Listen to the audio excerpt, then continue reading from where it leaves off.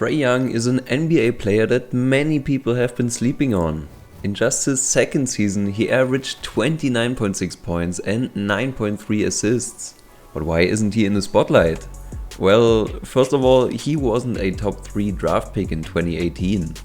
And second, there's another player who is making headlines, Luka Doncic. Luka is a generational talent from Europe and surely deserves his hype. But that doesn't mean that we can forget about Trae Young. He is one of the best point guards in the NBA, and ultimately, most people would agree that he should have been at least the number 2 pick in the 2018 draft. So let's take a look at the players that were drafted before him. But first, let's give some validation to why Trae should have been drafted higher. What would you say are good numbers for a rookie in the NBA? Averaging 5 points, 10 points, or even 15 points? Well, Trae Young is beyond that. As a rookie, he averaged over 19 points and 9 assists, already proving that he is a very valuable point guard. But it goes on from there. In his next season, he drastically improved and, as already mentioned, almost averaged 30 points and 10 assists as a 21-year-old. This performance is not just awesome, it's historic. There have only been 4 players in the history of the NBA to average 29 points per game for an entire year by their age 21 season, with LeBron, Kevin Durant, Mr. Ice Trae himself, and Shaquille O'Neal. What also speaks for him are his playoff stats. Trae isn't one of those guys who can perform on a bigger stage. It's quite the opposite. This postseason, he put up 29.2 points and 10.2 assists on average. That's even better than some stars in their prime. Alright, we are going to talk about the players drafted before him very soon. But to sum this up, let's draw some comparisons. Let's take the best shooter in the league, Steph Curry. At his age 22 season, Curry shot better from the field at 48%, but was far less productive at just 18.6 points and 5.8 assists. His first playoff appearance, the shocking postseason 2012-2013 run, where he and Klay Thompson stunned the NBA with their offensive prowess, Steph actually shot worse than Young, while also having lesser raw numbers at 23.4 points and 8.1 assists per game. He was also 2 years older than Young is now. That should be enough about Trae Young. Let's talk about the players that were drafted higher. Deandre Ayton was the number 1 draft pick in 2018. But why did the Phoenix Suns select him instead of Luka Doncic or Trae Young? This really seems questionable given that the team was in need of a good point guard and given that the league is moving away from paint-dominant big men. One possible explanation could be the possible missing synergy between Devin Booker and a ball-dominant point guard like Luka Doncic. If Luka joined the Suns, he surely wouldn't have flourished as much as he did with the Mavericks. Same goes for Trae Young and the Hawks. Furthermore, it could have taken a toll on Booker, who was and still is the star of the Suns and who can easily carry his team if he runs hot. In an interview with former scout Antonio Williams, he discussed the decision-making process when it came to moving towards Ayton ahead of Doncic or Young. With DeAndre, you look at the things that he does at his size when you combine the athleticism and the dexterity and the agility. There are just things he can just roll out of bed and do that we didn't have on our roster. Did Ayton deserve the number 1 pick? Well, kinda. As a rookie, he averaged over 16 points and over 10 rebounds, which is good, but not stellar. But we also have to consider the fact that he accepted a smaller role on an elite Suns team with Booker and later Chris Paul. But now, let's talk about the number 2 pick. Marvin Bagley III was selected 2nd overall in 2018. Nowadays, this seems inexplicable, but back then it was reasonable. In his 1 season at Duke University, Bagley averaged 21 points and 11.1 rebounds and was a 5-star recruit without a doubt. When he joined the NBA, he proved to be of value for the Sacramento Kings, but his career started derailing when injuries started haunting him. In 2019, Bagley was diagnosed to have a non-displaced fracture in his right thumb and was expected to be sidelined for about 4 to 6 weeks. Instead, he only played 13 games before the season was suspended due to the COVID. In July 2020, he sustained a right foot injury and was expected to miss the remainder of the season. Conclusively, Bagley plays good when he's healthy, but he rarely is.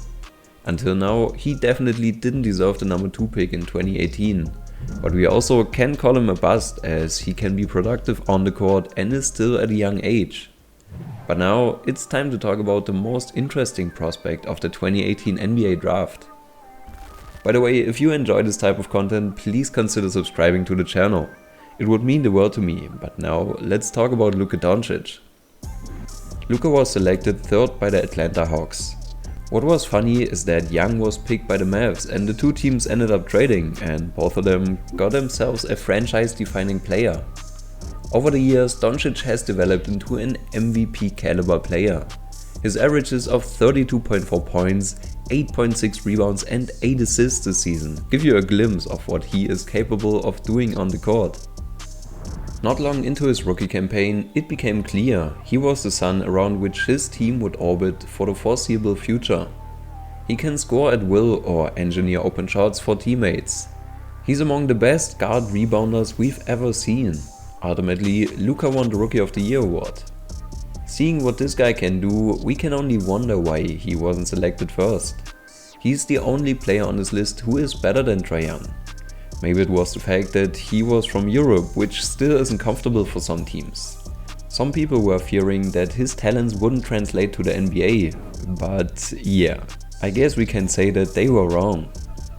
Doncic has great size for a guard, elite vision, top-level tough shot-making chops, and is as clutch as they come.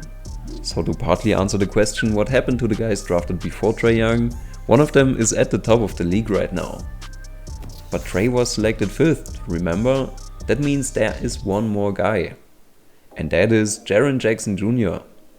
He is similar to Marvin Bagley as he can be quite productive on the court but has similar health concerns.